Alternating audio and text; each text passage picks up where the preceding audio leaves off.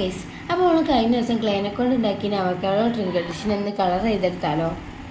അപ്പോൾ ഇതാ ബേസിന് ഞാൻ വൈറ്റ് പെയിൻ്റാണ് കേട്ടോ കൊടുക്കുന്നത്. ഇതാ ഞാൻ മുഴുവനായിട്ട് വൈറ്റ് പെയിൻറ്റ് കൊടുത്തിട്ടുണ്ട്. പിന്നെ ഗ്രീനും യെല്ലോയും മിക്സ് ചെയ്ത ഒരു ലൈറ്റ് ഗ്രീൻ കളർ കിട്ടും കേട്ടോ. അതാണ് ഞാൻ അവക്കാഡോ മുഴുവനായിട്ട് കൊടുക്കുന്നത് കേട്ടോ.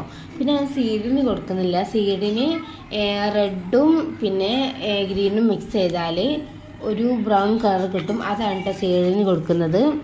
പിന്നെ അവക്കാഡോൻ്റെ എഡ്ജിലുള്ള ഭാഗമല്ലേ, അവിടെ ഡാർക്ക് ഗ്രീനാണ് കേട്ടോ കൊടുക്കുന്നത്.